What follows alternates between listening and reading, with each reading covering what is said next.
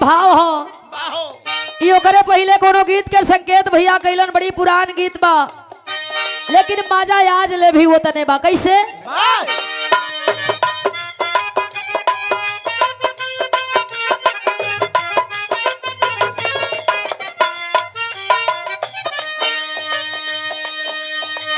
केहू केहू का शौकीन केहू केहू का शौकीन केहू कुछ सजावता केहू कुछ सजावता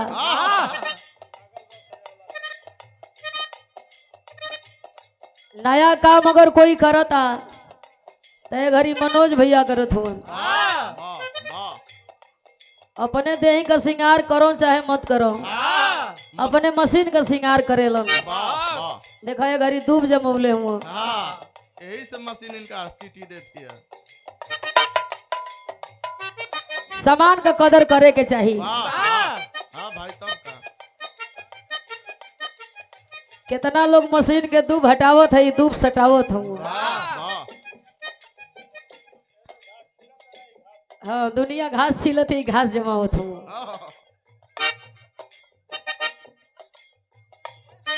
ई भाव हो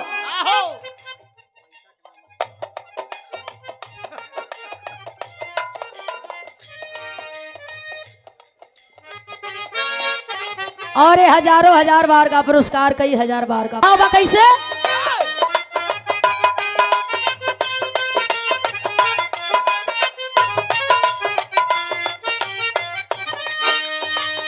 जीजा जीजा कोई के जियावती नहीं थे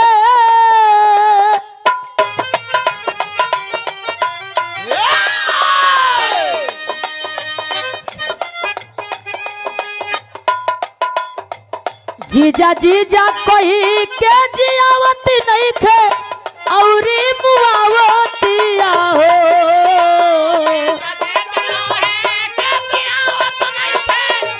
औरी मुआवतिया हो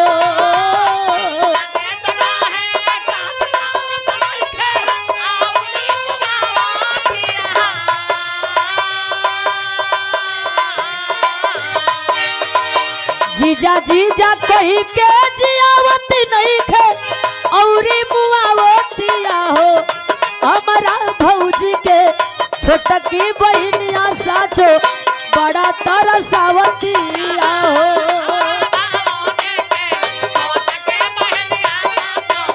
बड़ा तरसावतिया हो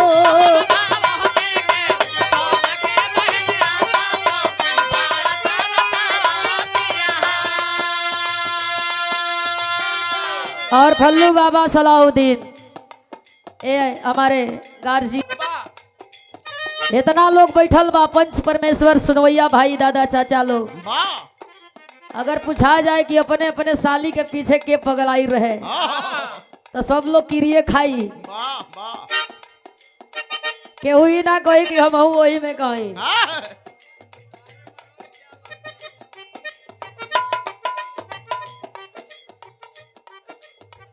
महात्मा गांधी और लाल बहादुर शास्त्री जयंती समारोह क्षेत्र में सबसे ज्यादा विकास कार्य करने के उपलक्ष्य में महोत्सव। बेचन भैया एगो बात बतावा तू अपने साली के चक्कर में कबो फसल हुआ कि ना वही चक्कर में तू आले अरे बाप रे बाप कहो दौड़ा दे लोग तलवा में वही से फ्रैक्चर हो गई लगा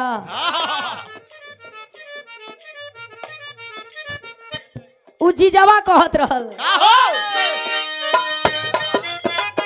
जीजा जीजा कोई के जियावती नहीं थे औरी मुआवतिया हो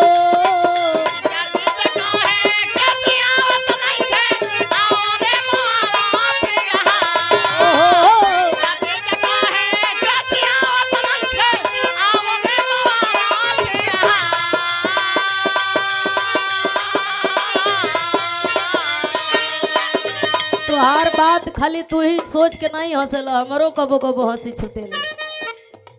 जो ना भुगजोनियों पकड़ के घड़िया देखत रहला ढेर जानी एक कुल के चक्कर में फसल हुआ चल ताले में ये 12 बजे कोनो जुगाड़ नहीं खे, अब तो मैं जुगाड़ बा। यो पहुंच गई मोबाइल आइए नहीं खे, घड़िए रहल। कौन घड़ी रहल भैया?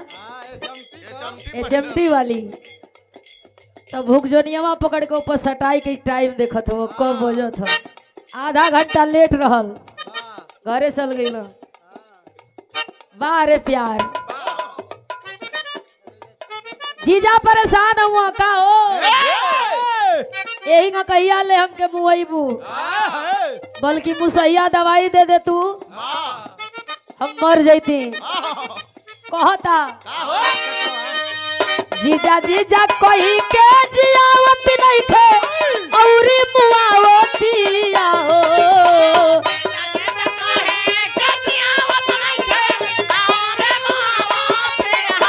ए हो